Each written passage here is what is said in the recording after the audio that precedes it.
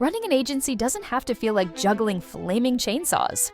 At Schmidt Consulting Group, we help you ditch the chaos, land more clients, and even enjoy running your business again.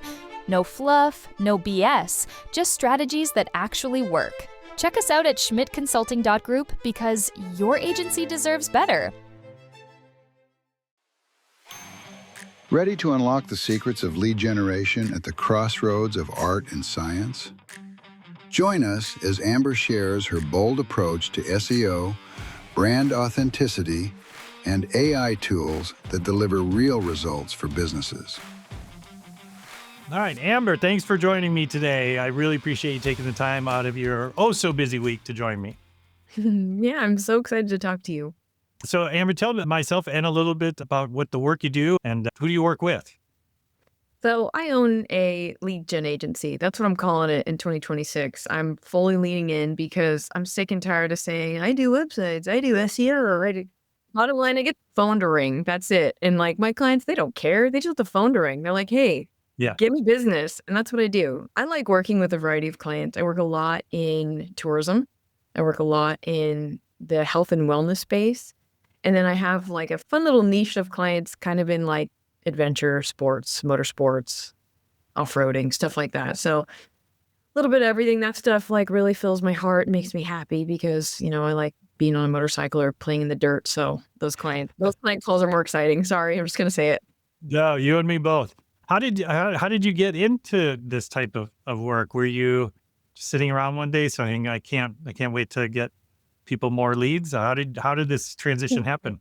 Actually, I was in college. I wasn't sure what my path was, but I was very interested in the human body. I was a personal trainer at the time and just, you know, really geeked out on that stuff and literally happened to stumble upon a flyer somewhere in school talking about building an e-commerce store. And this is in like 96, 97. So I'm dating myself, but I'm thinking that's cool. That seems like that's going to be interesting to know about. So started kind of shifting gears and going more that direction. Then I started building websites for friends, websites for like a local band, like just kind of dabbling in it. And then as the years passed, you know, obviously the need for the skill became real and became like, whoa, I can make money if I do this. Flash forward, a big jump forward to 2020 when a lot of business closed. I helped a lot of my clients digitize their products and bring them online, which was very cool because the whole world opened up to this idea of like, oh, I could do it virtually, you know, whatever. And from there, I've just been fine-tuning what I offer. And I literally at the beginning of this year was like, I just want to be the lady that gets the phone to ring. Like, that's it. I'm so tired of the technical stuff and the argument over, oh, this works and that works. And it's like, I know what's working for each of my clients. Like I could see it, I could see the data, and we talk about it and we share those wins. We brainstorm ways to combat traffic dips together and it's working. Yeah. So let's do a little history lesson. Are you seeing changes in the way that things work versus when you started maybe, you know, back in 2020 and now we're in 2026? Is the foundational aspects still the same? Is there new ways of building that foundation for people? Or is it always kind of the same thing, like garbage in, garbage out? Is that accurate? There's a few answers there. Like, I feel like for the most part, foundationally, yes, it's the same thing. Like, good SEO is still number one. I don't care when anyone says SEO is dead. Like, that's a lie. The biggest thing that's different is really uniquify. Is that a word? You really need to uniquify your brand's voice. Like, too many people went hard on the AI content, and I think being, you know, suffering the results of like not editing, not really getting good at prompting, like just AI generating massive amounts of junk and jargon that nobody cares about. But the people who have stayed true to who they are and like really share their knowledge and their expertise, paired with a well-optimized and well-structured site, they're winning. And I think they're going to keep winning. I think it's going to, my prediction for 2026 is that we're going to see the return of really cool UX and very creative design, just really soar to the top of these wins. Because I think too many people jumped on one of these plug and play, drag and drop websites, generated a bunch of junk content in 2023, and now are like, I'm not getting any traffic. So, yeah. And worse, I'm not getting any conversions, right? Yeah.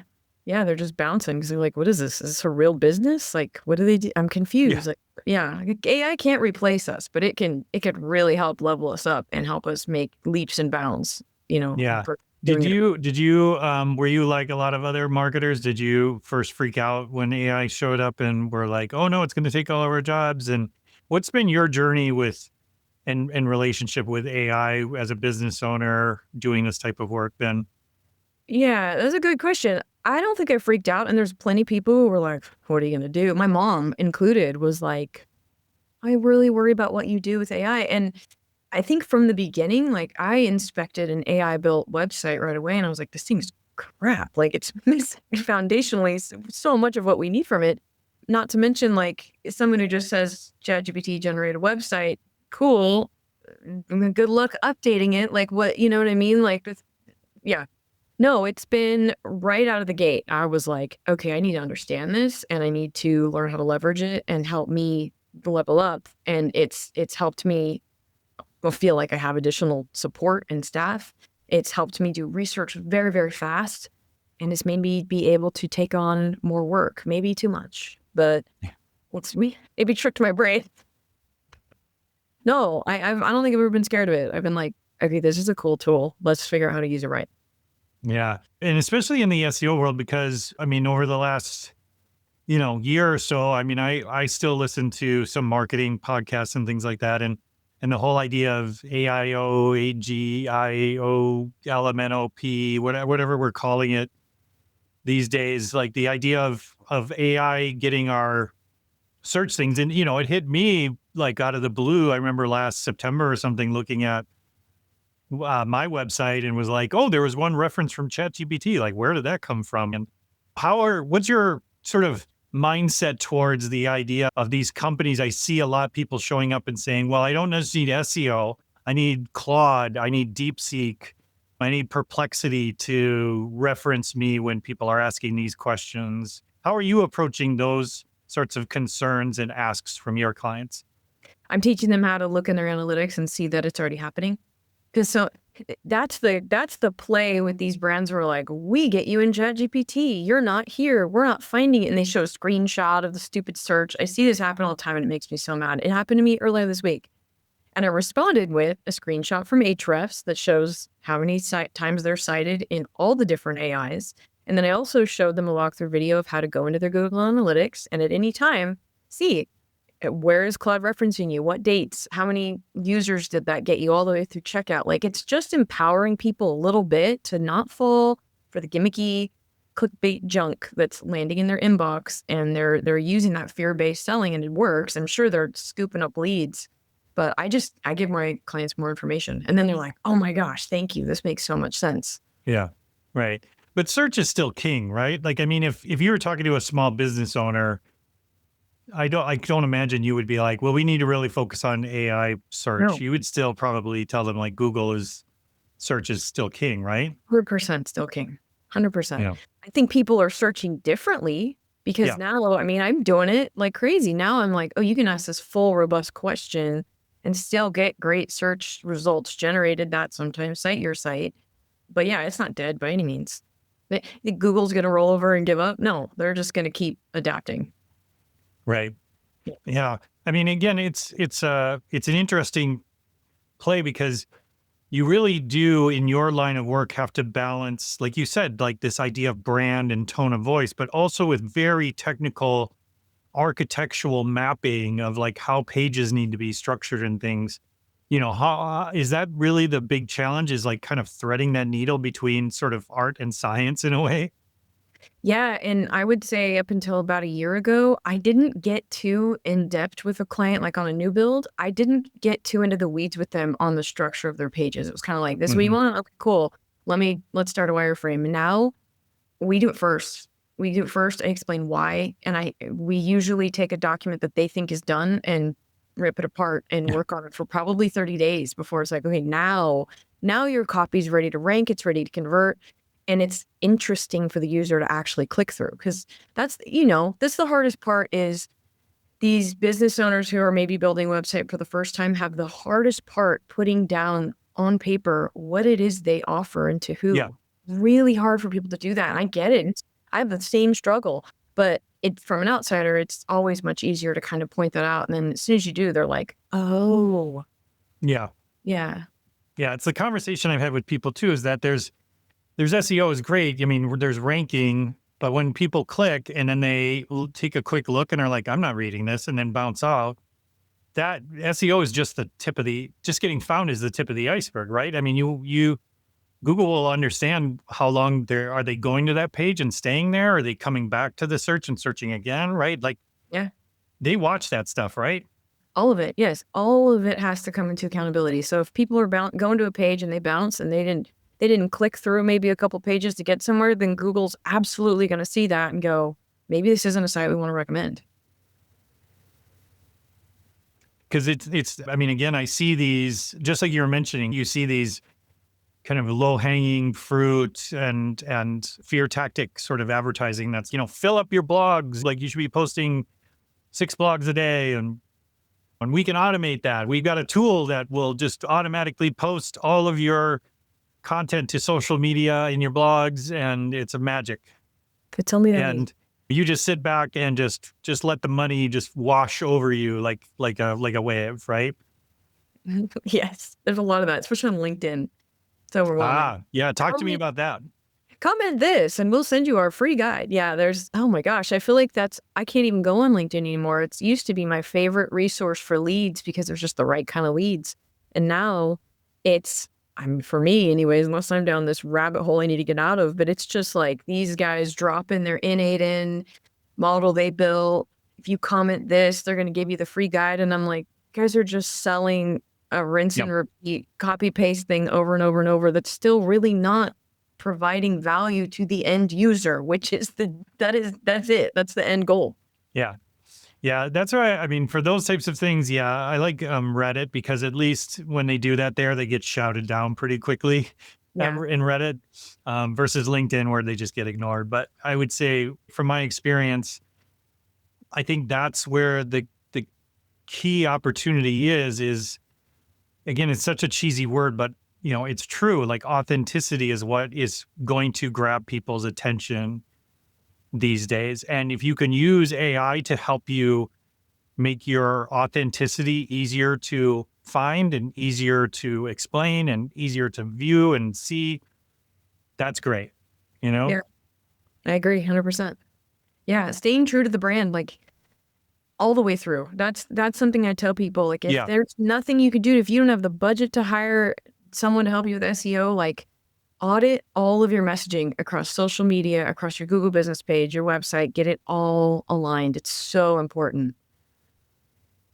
And what's the most important in that messaging? What have you found that works and what doesn't work? Highlighting their unique knowledge. Wait, I shouldn't just make a thing that just talks about all the stuff that I do and all the services I provide and all the solutions I do? No, I think the client appreciates getting a peek behind the curtain of, like, what it's like to work with you, who you are, why you're different, why are you better than this guy? I have a pool client and I love using him as an example because I feel like he's very, very unique in what he does.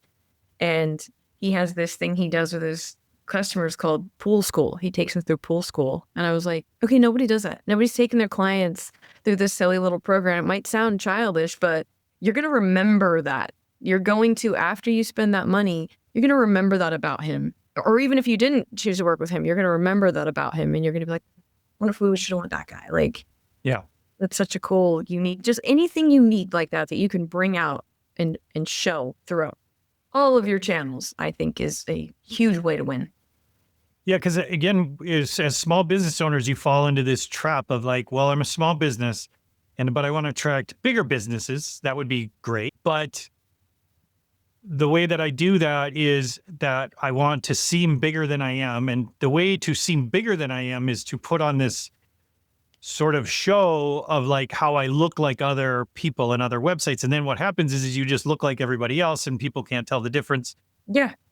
And it's just this circle of crap that just keeps happening to people. I talk to coaches a lot. I work with agencies a lot, and a lot of the agencies, they want to work with large, corporate clients, and they're worried about, well, if I don't talk about, about this in a very professional way, they're going to think we're not serious. So they're going to think we're smaller than we are. And I was like, what is small doesn't factor into it.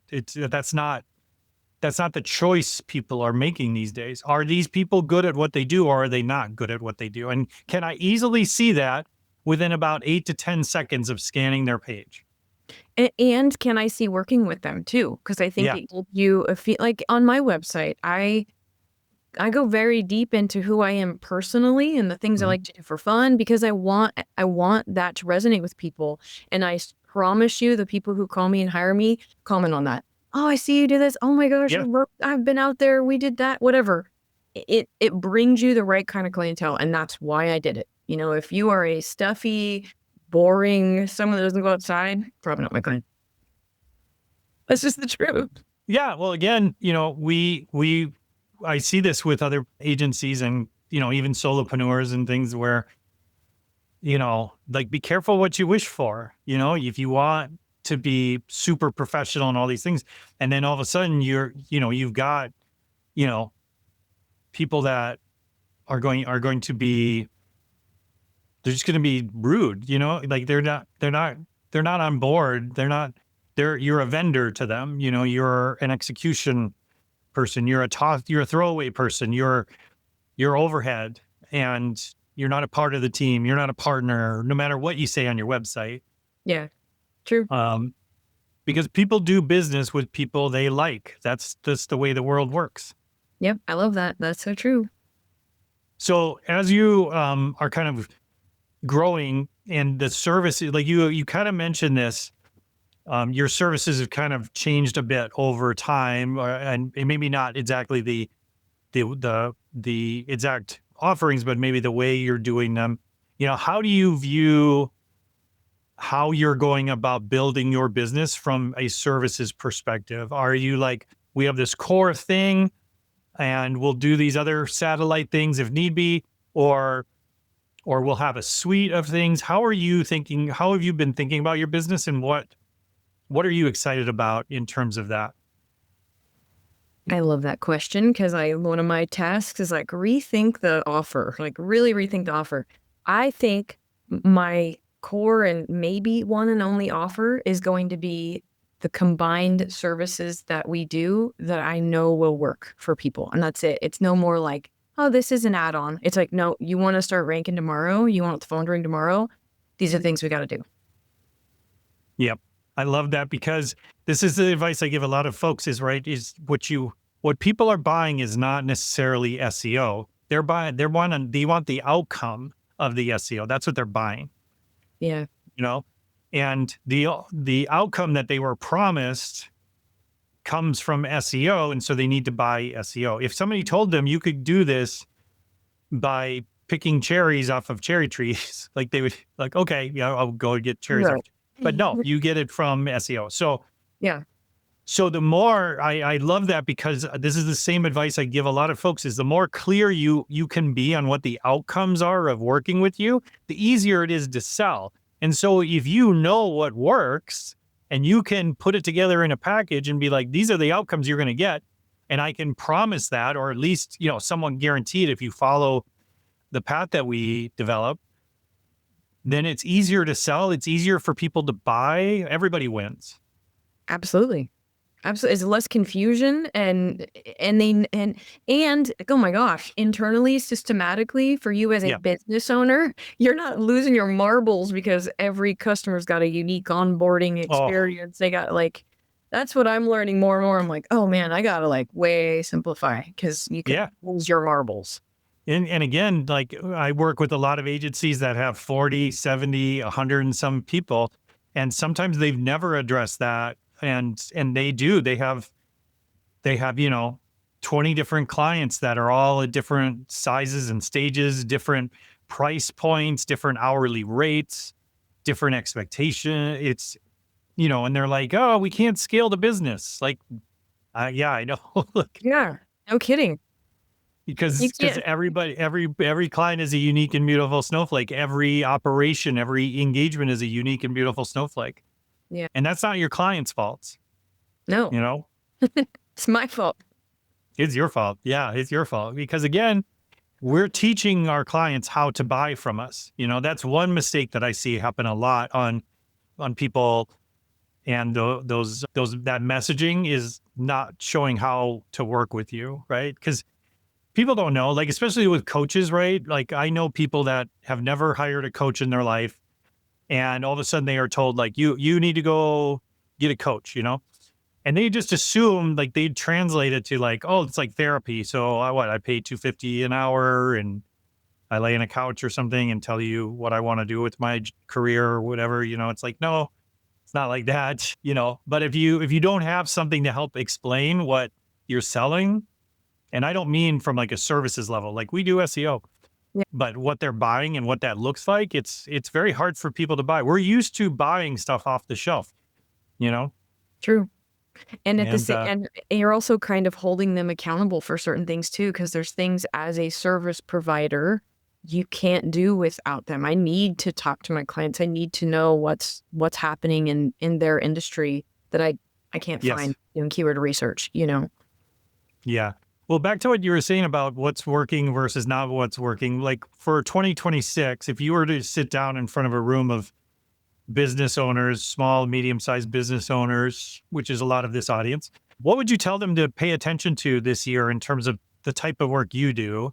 What would be valuable and what might be a distraction?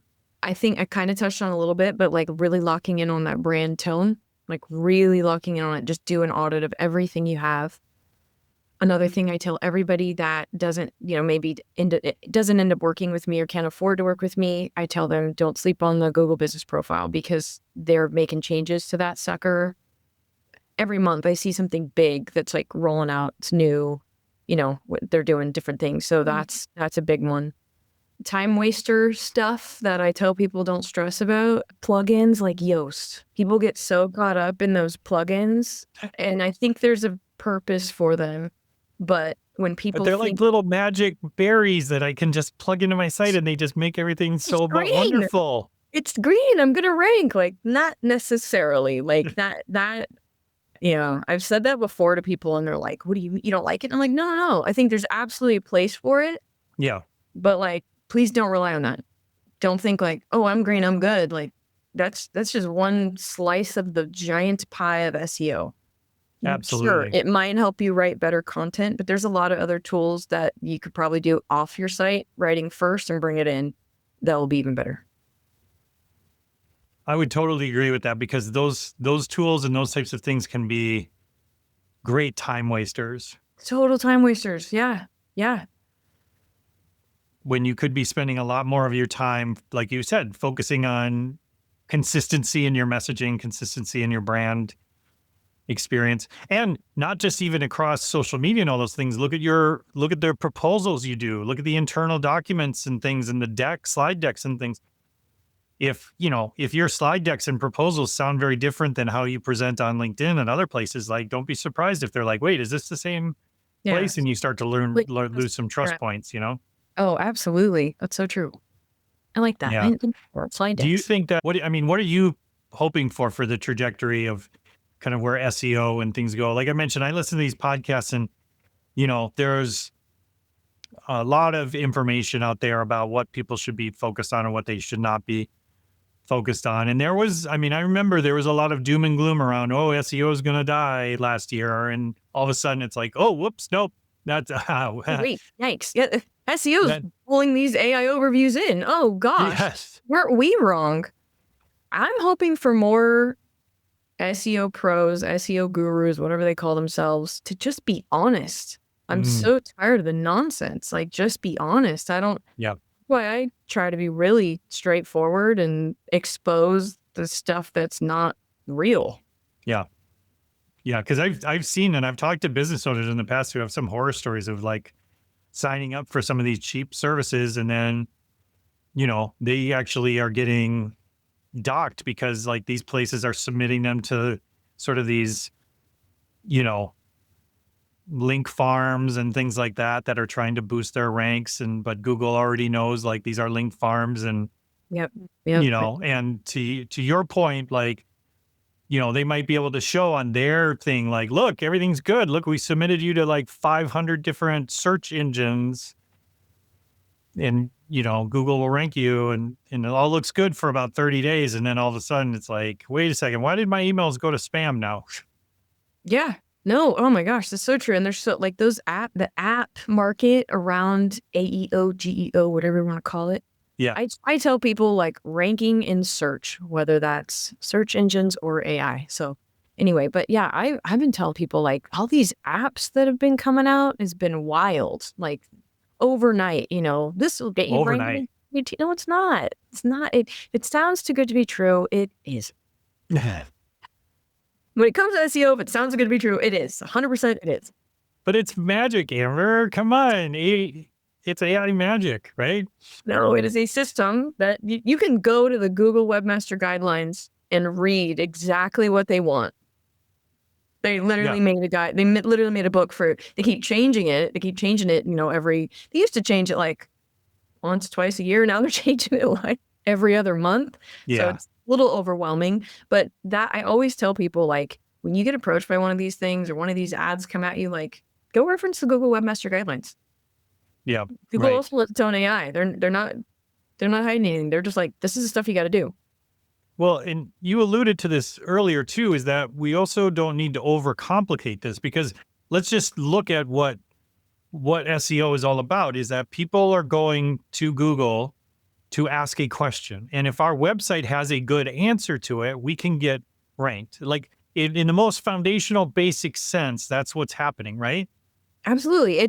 And that's a big part of like rethinking through copy on your site. Like if you're not phrasing answers to questions in your copy, you're not going to see a great result from AI. So it's time to go through your copy and be like, are we just going, we're the best? This is da-da-da. This is what we do. Look at our trophies and our awards. Yeah, and that's not going to work anymore. Like, sure, put that up there so people get that like social proof of like, oh, wow, they're really good at what they do. But make sure you're answering that question. Like, our tried and true method is da-da-da-da-da. Like, take them through the process, in a high level. You don't have to go deep and share all company secrets, but like, people are searching because they want more information now. They want to understand better and make really good buying decisions. They're not just like, oh, cool, plumber near me, cool, click, done. Like, you want to see a little bit more. How is this guy different? What's he doing?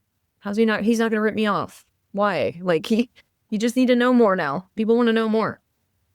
Right. Again, I've talked about this a lot in the past in other podcast episodes and things about we're in this kind of trust recession, and it's sticking around because we don't trust just reviews as much as we used to. And we don't trust just because you have big logos on your site, that means you're legitimate. Like you're saying, like there's a level deeper that people are going, especially when they're buying pricier services, right? If you're buying cheap stuff, right? Like, it's fine. Like I don't need to trust the reviews on Shein or, Alibaba as much, right? Because I'm like, I kind of a gamble on what I'm going to get. But if I'm, buying a $5,000 furnace install, a $10,000 furnace install, Yeah, you want to dig deeper. I tell people all the time, if it applies to your company, case studies are great. I see case studies cited quite often in AI, which is kind of interesting. Yeah. And it's probably because it's a harder project to pull that kind of data together for especially a small business. That's a lot of work, but I think case studies are a very unique way to go. Also, seeing tons of success with my clients who are showing up on YouTube, showing up on Spotify, like all those larger URLs, citing them, linking back, it really matters. Yeah, So, for sure. I yeah. mean, I've seen it myself since I launched my YouTube channel earlier this year. I've seen dramatic increase in traffic. And again, like most of my videos are just that, or they're answering business questions, that's kind of the goal of them. And like you had mentioned, these things are getting transcribed and they're getting ingested into these systems. And plus I'm just having fun doing it. So like, why not? Yeah, that's great.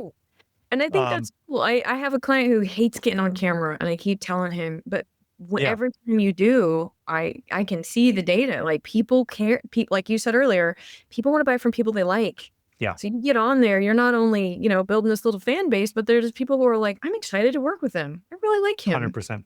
They're relatable. So I tell people like, does anybody like me on camera? If you do, you're weird. Because Yeah, being on camera, exactly. we're all in the same boat. Like, just get on there and share the knowledge you have that's unique because somebody wants it. Somebody wants it, and providing that access alone to an expert in those areas is of value to people. And so if they are not necessarily the ones that buy from you, they'll tell somebody else about you. Absolutely. They're going to remember it and share that Yeah.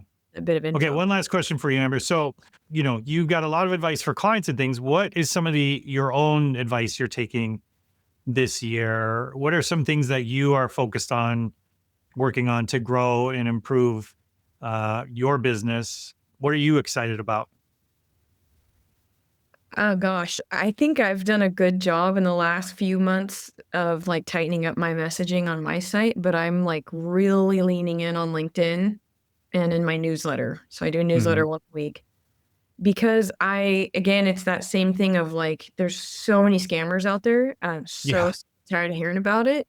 So it's heartbreaking to bring on a new client who's spent X amount of dollars and they're getting nowhere. And like, I'm just going to get louder and louder and the right people will find me and it will resonate and it's going to work. And it seems to. When I drop something polarizing on LinkedIn, I get far more engagement when I'm just like, this is a cool update on a project. Like nobody cares. But when I'm like, what I realized that this brand did to this, whatever, like people want to engage. They're paying attention. They're like, ooh, okay, cool. Yeah.